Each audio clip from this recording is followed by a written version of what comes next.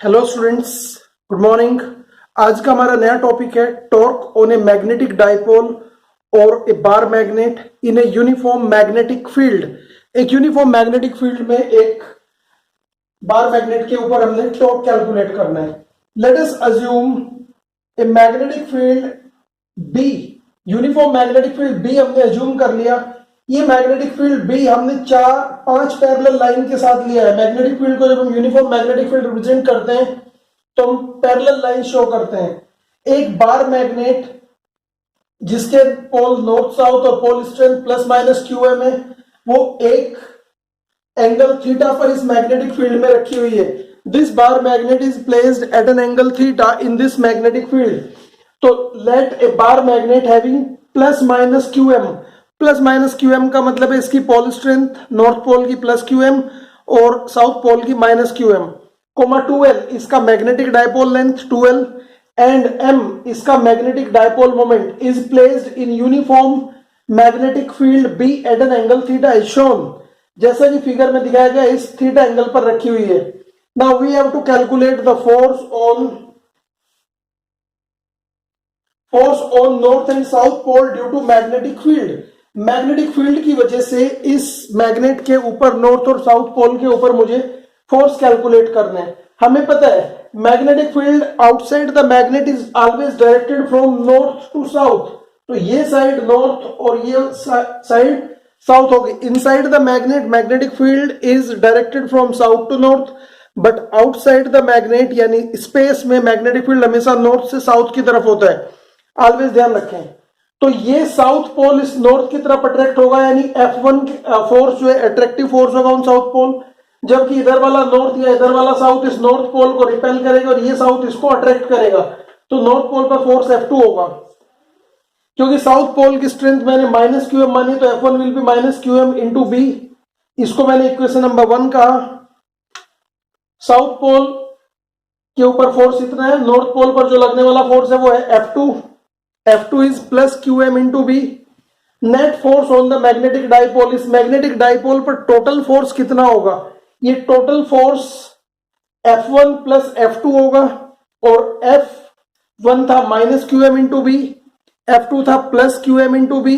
Net force comes zero, यानी F equal to zero. इस बात का इंडिकेशन है कि जब एक यूनिफॉर्म मैग्नेटिक फील्ड में किसी मैग्नेटिक डाइपोल यानी बार मैग्नेट को हम प्लेस करते हैं तो इस पर नेट मैग्नेटिक फोर्स जीरो होता है। Net magnetic force on a magnetic dipole in a uniform magnetic field is zero.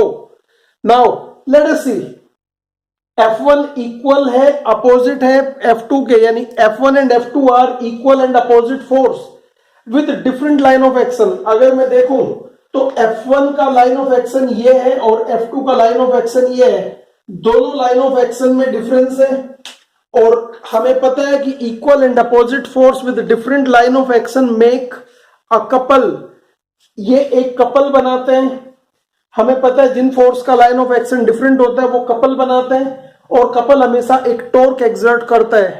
Torque is given by tau equal to F magnitude, यानी मैग्नीट्यूड ऑफ आइदर फोर्स। क्योंकि दोनों force का magnitude equal है तो कोई से भी फोर्स का मैग्नीट्यूड लिया जा सकता है एफ इंटू परपेंडिकुलर डिस्टेंस। और अगर मैं फिगर में देखूं तो दोनों लाइन ऑफ एक्शन के बीच में जो परपेंडिकुलर डिस्टेंस है वो है एन से एम। क्योंकि मैग्नेटिक फील्ड के साथ डाइपोल ने एंगल बनाया थीटा और लेंथ ऑफ डाइपोल है 2l। इसका मतलब ये जो साइड होगी ये होगी 2l साइन थीटा। तो we can say tau equals to qm into B into 2l sine theta. Tau becomes equal to Q into 2l, हमें पता है m होता है, because we know m equal to Q into 2l। तो m QL into 2 है तो यहां पर Q इंटू 2l है तो यहां पर m b साइन थीटा। ये टॉर्क आया इन स्केलर फॉर्म, यानी this is the magnitude of the torque m b sine theta.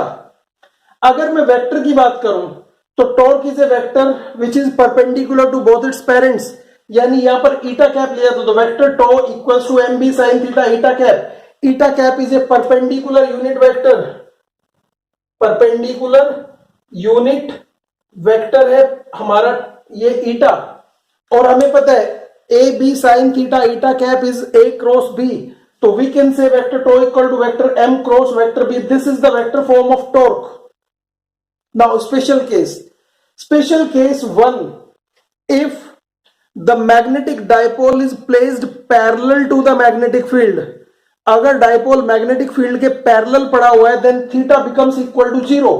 Theta 0 हो जाएगा. इसका मतलब tau equal to M B sine theta, और क्योंकि साइन 0 0 होता है इसलिए टो बिकम्स 0.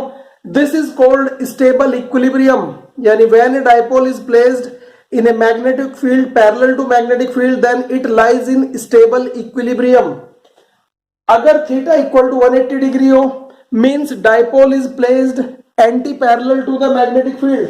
अगर ये डायपोल मैग्नेटिक फील्ड में एंटी पैरेलल पड़ा हो तो टो अगेन विल बी 0, क्योंकि साइन 180 की वैल्यू भी 0 होती है. And we can say unstable equilibrium, यानी when a dipole is placed in a magnetic field anti-parallel to the magnetic field, then it is in unstable equilibrium.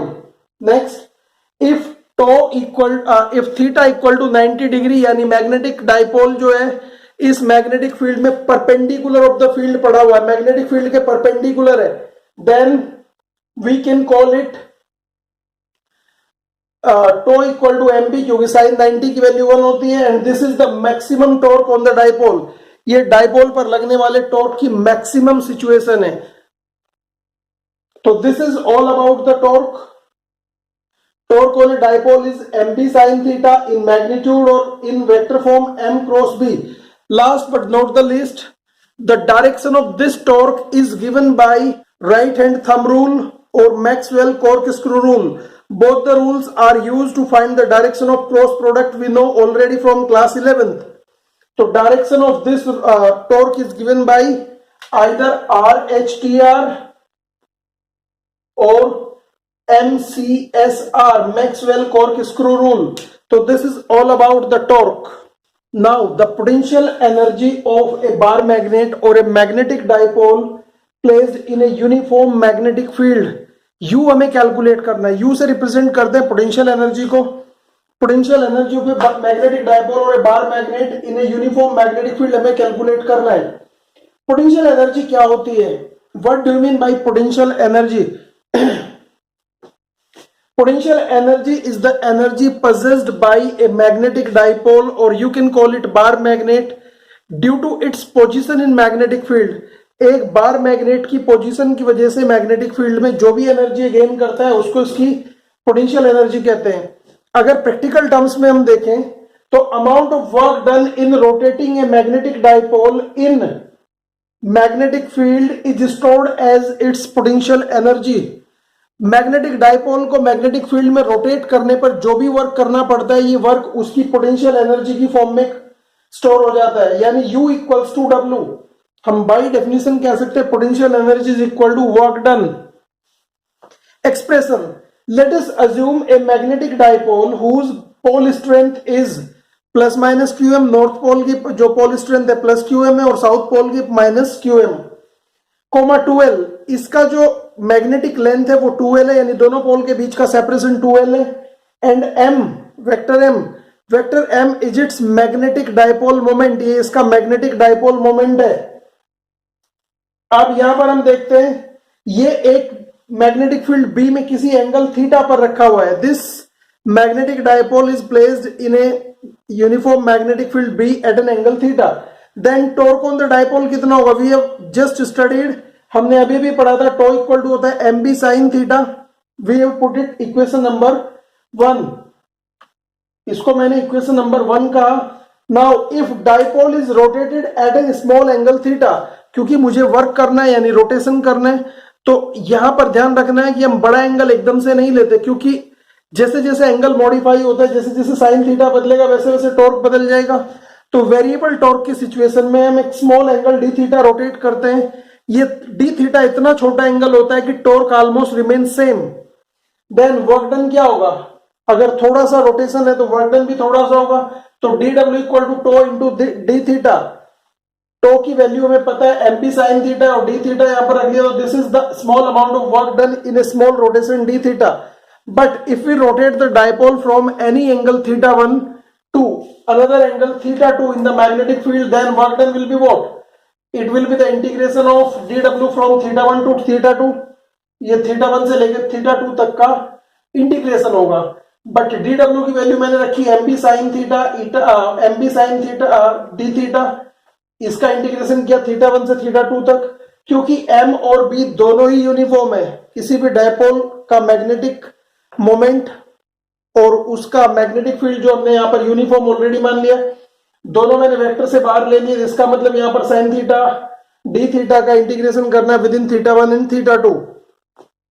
हमें पता है sin theta का इंटीग्रेशन होता है माइनस cos थीटा, तो यहां पर ये मैंने लिखा और इस तरह से आया mb, ये माइनस जब यहां पर मैं करता हूं तो माइनस cos θ2 प्लस cos θ1, तो cos θ1 को पहले लिया, तो work done will be mb cos θ1 minus cos θ2। But by definition हमें पता है कि W जो वर्क है वो तो इक्वल है पोटेंशियल एनर्जी के, तो potential energy U becomes equal to W and it is what mb cos θ1 minus cos θ2। ये फॉर्मूला आप यूज करते हैं व्हेन आपको दो एंगल दिए जाते हैं और आपसे पूछा जाता है कि कैलकुलेट द वर्क डन और potential energy of the dipole in rotation in magnetic field of so and so value from this angle to that angle. But maximum time we take dipole is placed in the maximum torque situation, और maximum torque situation क्या होती है, जब θ1 90 ले लेते हैं। Initially dipole magnetic field में ऐसी पोजीशन पे है जहां पर टॉर्क मैक्सिमम है और इसको किसी दूसरे एंगल थीटा तक मुझे रोटेट करना है, तो θ2 इक्वल्स टू थीटा, तो यहां पर cos θ1 क्योंकि cos 90 की वैल्यू 0 होती है, माइनस 0 हो जाएगा और माइनस cos θ2, ये cos थीटा बनेगा तो माइनस बाहर आया, तो u equals to minus mb cos theta, तो ये आएगी पोटेंशियल एनर्जी। और हमें पता है ab cos थीटा बनता है डॉट प्रोडक्ट, तो यहां पर मेरे पास mb cos थीटा, तो m और b का डॉट प्रोडक्ट बनता है तो minus mb m vector m dot vector b, ये डॉट प्रोडक्ट आया। नाउ स्पेशल केस, हम स्पेशल केस देख लेते हैं एक बार फिर। अगर डाइपोल मैग्नेटिक फील्ड के पैरेलल पड़ा हुआ है, पैरेलल रखा हुआ है, then theta becomes equal to 0, और यानी मैग्नेटिक फील्ड के पैरेलल मुझे इसको लेके जाना, theta equals to 0, then u equals to minus mb, this is called minimum potential energy.